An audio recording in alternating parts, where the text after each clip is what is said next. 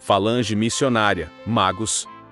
Salve Deus! Na planície Peloponense havia um povoado onde uma pitonisa, chamada Magdala, madrinha dos Devas, formou um grupo de Nityamas, poderosas moças que manipulavam muitas energias, fazendo trabalhos que protegiam aos numerosos homens que partiam para as guerras. Dominavam forças que atuavam nas condições meteorológicas, faziam profecias e liam a sorte nas mãos. Os homens que ficavam na aldeia, inválidos ou muito jovens para participar de combates, começaram a ajudar as Nityamas e receberam sua consagração como magos, filhos de Devas, após desenvolverem sua mediunidade e adquirir poderes espirituais. Em sua origem persa, mago significa poderoso. Viajavam, atravessando terras e mares, levando à humanidade seus conhecimentos doutrinários e a voz do céu. No Oriente, os magos obtiveram grande importância política e religiosa, chegando a ter autoridade de reis. Mas não eram reis. Medas e persas, assírios e caldeus foram profundamente influenciados pelos magos, que tinham os profundos conhecimentos da astronomia e da astrologia, participando, também, pela influência do judaísmo, da expectativa da chegada do Messias. Alertados pela estrela sublimação, 3 magos foram a Jerusalém para adorar o Filho de Deus, que nascera em Belém, sempre guiados pela estrela. Seus nomes eram Melquior, em hebreu, Rei da Luz, Baltazar, aramaico, Deus proteja a vida do rei, e Gaspar, persa, o vencedor.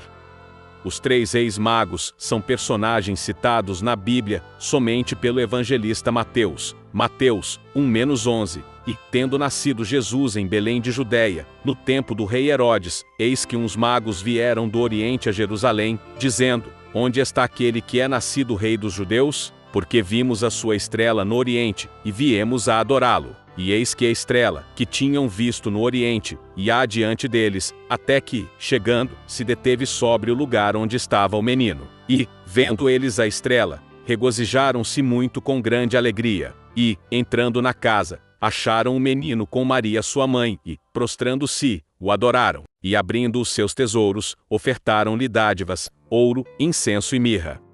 Observemos que em momento algum a Bíblia tradicional cita que são 3 os reis magos, e tampouco cita seus nomes, Melquior, Baltazar e Gaspar. O fato de serem 3 os reis magos, e os seus nomes serem Melquior, Baltazar e Gaspar, está contido somente em um dos evangelhos apócrifos, mais especificamente no Evangelho Apócrifo Armeno da Infância, datado do final do século VI, quando em seu capítulo 5,1, relata: Evangelho Apócrifo Armeno 5,1. Um anjo do Senhor foi depressa ao país dos persas, para avisar aos reis magos, e ordenar a eles de ir, e adorar o menino que acabara de nascer. Estes, depois de ter caminhado durante 9 meses, tendo por guia a estrela, chegaram à meta exatamente quando Maria tinha dado à luz.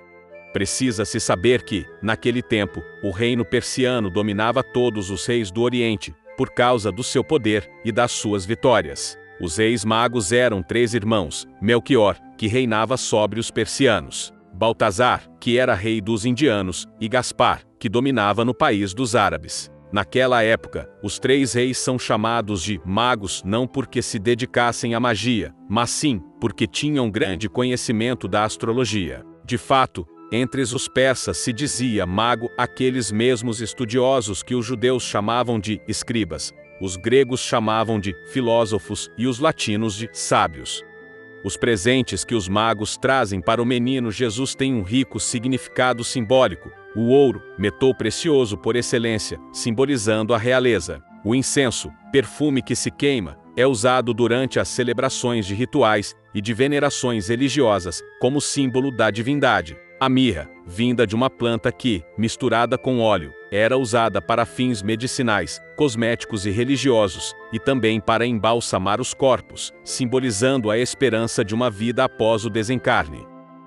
Algumas religiões deixaram de falar sobre os 3 reis magos, por não constar seus nomes na Bíblia tradicional, como a linha católica e algumas das linhas evangélicas. Por exemplo, os evangelhos apócrifos, também conhecidos como livros pseudo-canônicos, foram escritos por comunidades cristãs e pré-cristãos, ou seja, existem livros apócrifos do Antigo e do Novo Testamento nos quais algumas das primeiras comunidades cristãs não reconheceram a pessoa, e os ensinamentos de Jesus Cristo, e, portanto, não foram incluídos no cânon bíblico. Além dos livros apócrifos que abordam a vida de Jesus ou de seus seguidores, aproximadamente 50 outros contêm narrativas ligadas ao Antigo Testamento. Assim, em algumas religiões um desses evangelhos é considerado apócrifo, e em outras não existindo um consenso único sobre o assunto. Salve Deus!